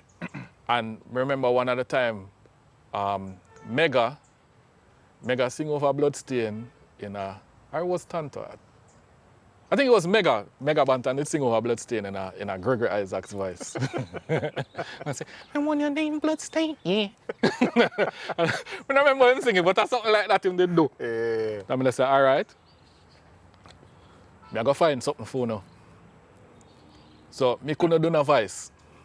So when I do, I flip lyrics. Okay. So Red Rat, they drop a rhythm named Rat Patrol. Okay. And Junior Demus, they voice a song pan it named Ting. Oh. I want a name Ting. Have a new style and we call it Ting. Sometime I DJ, sometime I sing. Watch. So I just decide I'm going to just flip the lyrics Okay. for Ting. And I try it, and them laugh off me and kick me on my body and run my way. I'm going to take them serious and go in my car and drive go home. I Yeah. swear. Because them swear say me I come back in. I just drive go straight to my yard. Then the following Saturday, I drive on Red Hills Road and say, you know, so I'm going to build a song there. Build a verse there, because to me it wasn't a song. So I saw my build right, I drive on Red Hills Road and build it.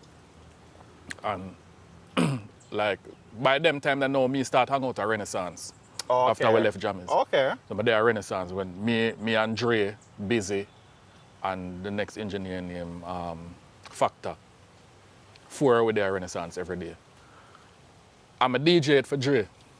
Dre laugh. So till one Thursday or Friday, DJ Wayne come to get some dubs or whatever, and Dre tell Wayne about it. Dre tell Wizzle about it. I'm a DJ for Wizzle. Wizzle laugh. So him say, yo, I need a song upon dub. And I say, what? It's not a song. It's just one verse. It's not a song. It don't have no hook, it don't have no second verse, it don't have nothing. It's not a song. Him say, me no business, I want it. And him give me the rhythm where Benzino did put out him one tune pan. The Benzino rhythm. And I remember the song. So him give me the rhythm there, I voice it for him as a dub. And him play it the Friday. And the man said the whole of the phone in the area light up. Everything light up. I say, I lie. So you actually have a chorus with it? No! Okay. I just the verse alone. So the verse alone was okay? Yeah. I just the verse alone. Yeah. I just the verse alone, man. And then, I forget about that. Okay. And probably about 2 weeks later, him drive in a Renaissance yard. I sit down in a Renaissance studio yard and him drive in and call me for come sit down in him car for listen something. That me believe. Is one of two things. Is either I go make me listen something, Right. or me and him go have a conversation about car. Okay. Because Right. him is I a know I car, love car. yeah, man, him is I a know. car man as I well. know, say So me love go sit down in him car, I say the man car lock the thing. door, I say, what you do? I say, what you do? Then I say the man start reverse, I say, yo, which part where I go? The man said, tap your eyes. I say, all right. When I look, in no time we there Dan Corleone studio. Oh, okay. Apparently, he must have did organize it already or something because when me go in the Sam Diggy already, I wait for me with the track open. With crazy rhythm with Dan make. You see me? So him say, go on in the studio, go voice the song. I say, which song? I say, the song where you do for dub for me. The no rhyme song. I say, but I say, Wayne, it's not a song. It's just a verse. Man say, go on in the studio, go voice the song. So I go in the studio and freestyle the chorus. I just sing the first thing that come to my head, yeah. I just sing the first thing that come to my head. Yeah. And then I do the verse, sing the chorus again, and then I never have no second verse. See, Billy. Billy to write the same at the studio. Them time them a bridging, one of our bridging them we go up on the road with we, Earthman dead there. And I say, Earthman, give me a verse there. When I say that, I just time me up, kill for think. Right. You hear it on the record. You hear it on the record when I say, Earthman, give me a verse, and then you hear the energy of the second verse drop. Because I don't know what I say. I don't know what I'm going to say next. You can hear the difference in the energy first verse and second verse. See, more time we don't pay attention to these things until we get context. So we're going to listen to that. You know. Yeah. Rhyme got number one. Right. Song. Hit song. Number one. I'm frightened because it wasn't even a real song. Was it the real song? I just said earlier, all your career, all of our 21 career experimentation. Yep. I think now you did a song with Killer, Season of the Year. I think that song was done 2013. And it was sampled by Nike Yeah.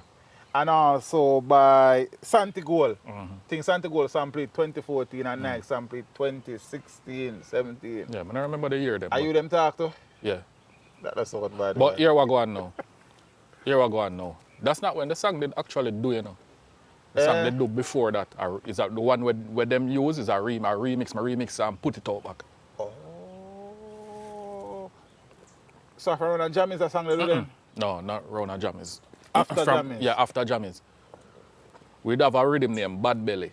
Okay. Where we did mix Bada Bada and Bellyas together. Okay, cool. And that it did depend.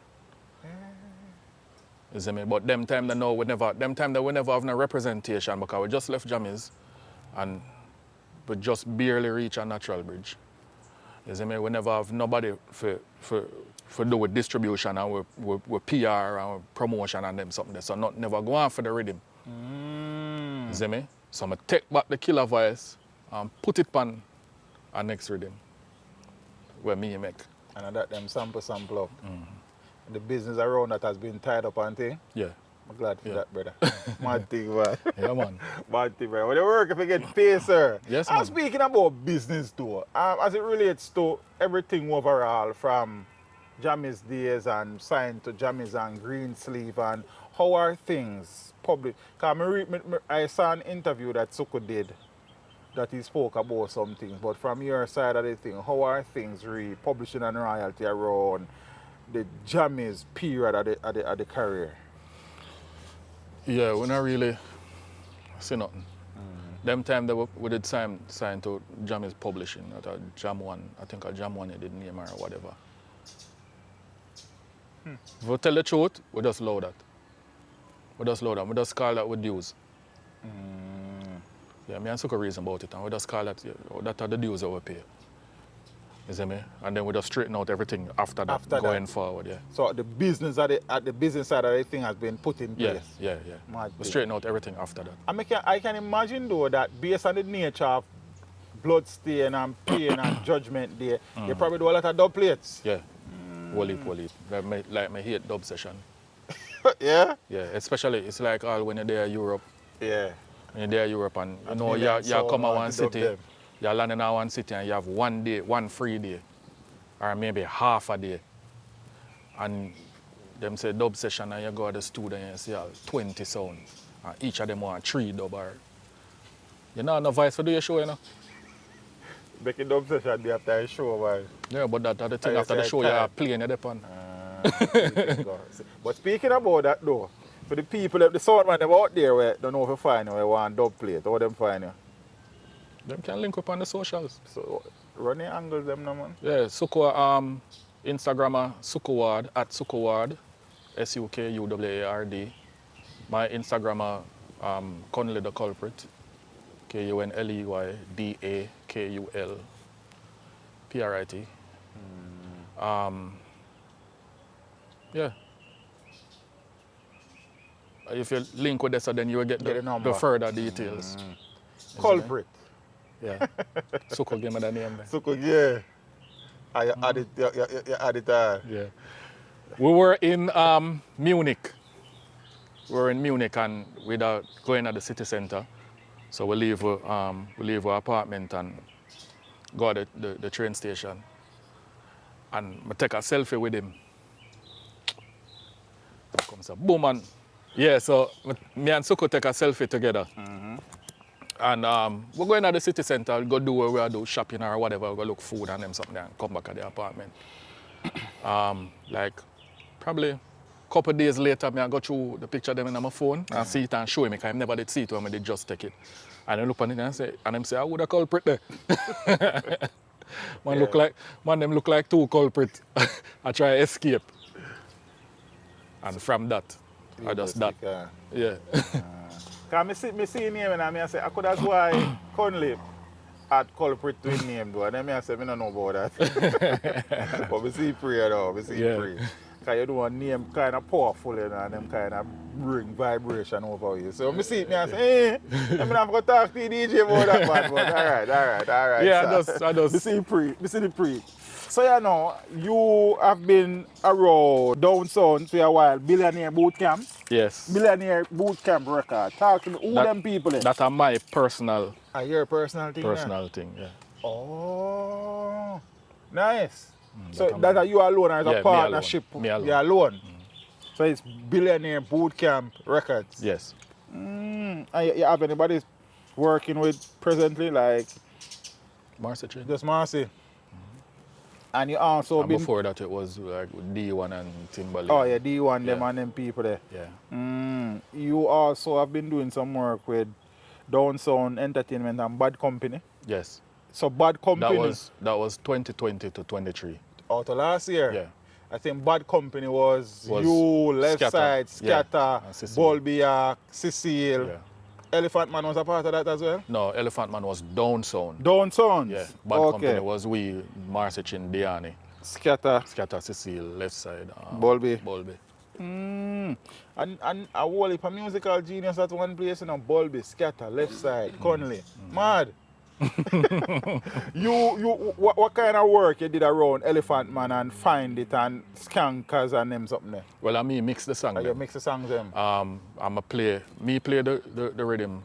Me and Left Side play the rhythm for Skankers. The rhythm for Find It was Kirkle Dove, me and Left Side. Okay.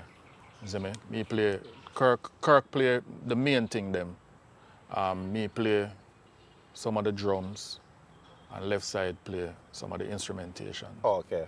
A nice little dream team that, man. Yeah, man. Nice little dream team that. But you said that kind of ended in 2023? No, it did end before that. Me stay till 23. Oh, yeah, stayed till 2023. Yeah. But Billionaire Boot Camp Records now, that are your brainchild, that you work with. Yeah. That was from about 2011, 10, 11 them time there. And you say Marcy Chin now is the person that you're working with mostly. Marcy Chin is the one. The one? Yeah. You, bro, as we say, selector, engineer, producer, writer, DJ. And you have excelled right across the board. Which aspect of all of that you enjoy the most and you're most comfortable with? Production. I like performing too. You like performing? Yeah. But not nearly as much as producing. It's just about to say, I just basically love creating. I love the creativity aspect of it. I like the creating process. Looking at the journey though, when you assess it, when you reflect, Zane, I mean, you still do a lot of work and stuff, but what is that thing or those things that You know, you look at it and it give you a sense of pride, you know, a sense of joy, you know, say yes, your fingerprint dep under something there. All right. For one, Marcia Chin and D1 song bunks up. Bunks. Like organically is like, I don't know how much it did now, but when we did just a find out about what go on, it was over 80 million views on YouTube. Organ, no promotion whatsoever. No promotion. None. Zero. I'm really, really, really proud of that. You see me? 2 artists where nobody no know. Worldwide. You see me? And then Sony take the song. Oh, Sony Music. took the song? Nice one. Yeah, man. So, and them did all put Iggy Azalea upon it.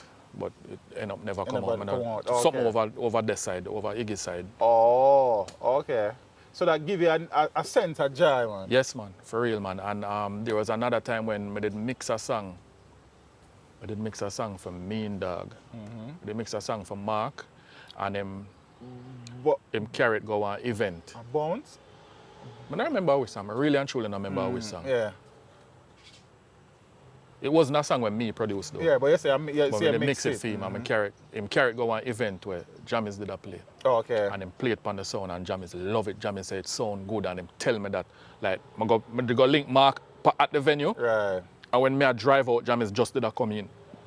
And him stop me and him talk and him say, yo, the song sound good, the mix sound good and yo, the greatest joy that I ever feel. Realize you value King I come from King, yeah. Yeah, man, they're not King. There's a reason why I'm a King, you know. Yeah, man. When him take over from Tubby, you know, the man, what him doing at the 80s, you know, that Dave doing at the 90s, right, you know. true. The man run the entire 80s, you know. So true. That's not easy something that for do. Man of the years, man. Yes. And also now, on the flip side of that though, when you assess the journey thus far, when you reflect, is there anything that you look and say, you know, say, I probably shouldn't do that way there, I shouldn't do it that way, yeah? Or I shouldn't do it at all? You know, so really and truly, naturally, my mind block out unpleasant stuff. So a lot of unpleasant things I don't remember. And that used to have Rumblood for Rumblood of the memory. I don't know what kind of memory him have. Yeah. Rumblood not there yard? No. Well, I don't know. I'm probably there, yes. I know that he ran up with some issues one at the time. Yeah, I'm probably some there. Some legal issues still, so I'm not sure what going on after that. I don't know. Yeah, man. Okay. But I not really. You see a blackout. I block out unpleasant stuff. So a lot of things I don't remember. Even mother said to me where there. Mother said some things and I said, Mom, I don't remember none of that. Yeah. But looking back, I'm basically grateful for the time when I did have as an artist because that was probably not my least favorite, but that wasn't my favorite part of my career, the artist part. That wasn't my favorite part. My favorite part has always been production. Musically speaking though, what add to the legacy to your hope for, add that for the youth them and the grandchildren can look back and say, yes, my grandfather was a great The work man. what I do right now with Marcia Chin, say that. You believe in that? I believe in that. I believe in she. I believe in my work. I believe in her work. It's the work the way we are doing now. I try to give her everything what I can ever create out of my little full brain. Every piece of creativity, every unorthodox thing, we're still orthodox. Right. You see me? Like how we used to experiment back in the days. But there one different level now, I do a different type of experimentation. But so far it'll work. Yes. And I want to leave that as a guide to another style. You see me? I want to leave that as a guide to another style. You would have been, around during, for me, the peak years of dancehall music, the 90s, mid-90s, late 90s, early 2000s. You would have also experienced some of the 80s and the greatness there. And based on a selector and music lover, you would have research and conversation with them until you were going in the 70s and so. So you would have had experience with a lot of the changes in the music. Now, everything change and evolution is natural, yeah? But where the music is today, What kind of grade you think that? A passing grade, a failing grade, a trying grade? It's always a passing grade. Always a passing grade. Music is personal expression, you know. Every man have the right to express himself the way he want to. We can't dictate to anybody how they must express themselves. We can just monitor our consumption. Okay. We can only monitor our consumption. Yeah, because yes, we only can monitor it. A very important. You still can't cut out everything. Yeah, statement is a very important statement. Is it me? So irrespective of our man though, it is on you to monitor what you consume. But watch you now. Watch that style, yeah. Remember say we come and experiment and do unorthodox so things, you know. Some people experiment, you know. Yeah. So we can't look upon nobody and say nothing. Right. We did get the opportunity for do what we are do the way we want to do it. True. Even when Jamie said, no, why bad wasn't at the first line and Ray. That was just still, whatever, still do it. You see me, and it work. Yes. So the youth them just go and do them experimentation and do them thing. Yeah. Do them thing. My only issue when me have with a lot of the stuff nowadays is the ability of the performer them. You see me? And the knowledge what them have. Them have very limited knowledge because them not research. Them not go back. Anything to them seem old to them, to the majority of them not depend on that. But you have to know where you come from, to know where you go. And you can get inspiration from Exactly. Anything at all. All right, look upon somebody like my boy TJ. When TJ bust with up top bass. Bubbly your body for the up top. Give me the girl with the wicked Islam. And people don't really realize that when them do drift, busy signal. After me, step out, inna me, black, throw, back, bagger, pan, spot, bad man, not take back, chat, and no, girl, again. But that because him were going before him. And see, the idea of them giving 2 big hit songs. A lot of the youth them, and me even talk to some of them, couple of them. Right. Them no want go back, go look. That just old. So them not depend that. But bro, sometimes Ken Booth can give you a baddest song. Naturally. Just one little way him swing one melody. Nothing in the music not new, you know. Nothing in the music that you, brother. Nothing in the music not new. Nothing in the music. Anything old can give you inspiration, Yes, dog. sir. You're not have to be somebody who love old music or whatever. But the thing them can inspire you, a musician. Why not know about your musical Man history? and Snoop Dogg and all of them people, they give you the song with Divine Reason, DMX and so on. So people get inspiration from different Anything places. in the music can give you inspiration. Yeah. Of all the rhythms that you have been involved in and around, which one of them you really and truly vibe to the most from the Jammies days? Like, are the rhythm they really and truly, I don't want to speak to you the most? I know you say the love volume, so I'm not sure if I hit still. I just ask. Out of all of them? All right, may I say, which one I feel the most comfortable at DJ pan? Bada Bada. Bada Bada. Any song. What's up, Bada Bada? Any one of the song them. DJ pan Bada Bada, comfortable. Yeah. Would I say Bellias, but Bellias a little bit slow. Okay, yeah. But Bada Bada to me are the right tempo. Right tempo. Bada Bada 90.7 BPM. I don't know why Siko used to do that. Okay. Why him never just do 90 or 91. 91. Him used to do that enough. Yeah. And the songs that you wrote, yeah? Yeah. Is there one where resonate with you the most? Like, you know, the one that speak to you for different reasons than the others? No. No. And what I have songs I really like more than the others, but no one song where really speak stick out to you like more that, than the rest of them? Yeah. And which of the song commercially has been the most successful one so far? Commercially? Yeah. Worldwide? Or? No, from the Jammies time. From Jammies time? I know also the song with Marcy China and something there, as I said, doing well. From Jammies time. A War 21 song. Me would have say Ganja Smoke. Ganja Smoke? Yeah. Okay. Ganja Smoke. And I think after that would have been, not from Jammies time, would have been Natural Bridge time, which was Garrison. Garrison. Yeah. And this is worldwide. Worldwide. Because them 2 songs they don't really play at Jamaica. So Ganja Smoke and Garrison, Yeah. you see how that funny? Because the song that we have around here as a whole, you know, Bloodstain and Yeah. Judgment Day Yeah. and Pain and Garrison and Ganja Smoke, I think has done most for you guys. In music is like that. And Yeah, in so- terms of the real hardcore song them, would I say Gully Gun, that's where the voice Gully for jam Gun. too. Gully, that would do the most dub. Most dub, Gully Gun. Every single time. I'm tired to sing that song there. Tired to see it. Tired. Yeah. Me all a cuss all sound man. You ever see a painter paint over and painting for somebody else? Yeah. So, bro, you're still music the thing there. Yeah, man. I know he's a car guy. You understand? I know you from under the Integra them I mean. From them time they are. Yeah, me did Fast and Furious before the movie come out. Oh yeah? Yeah.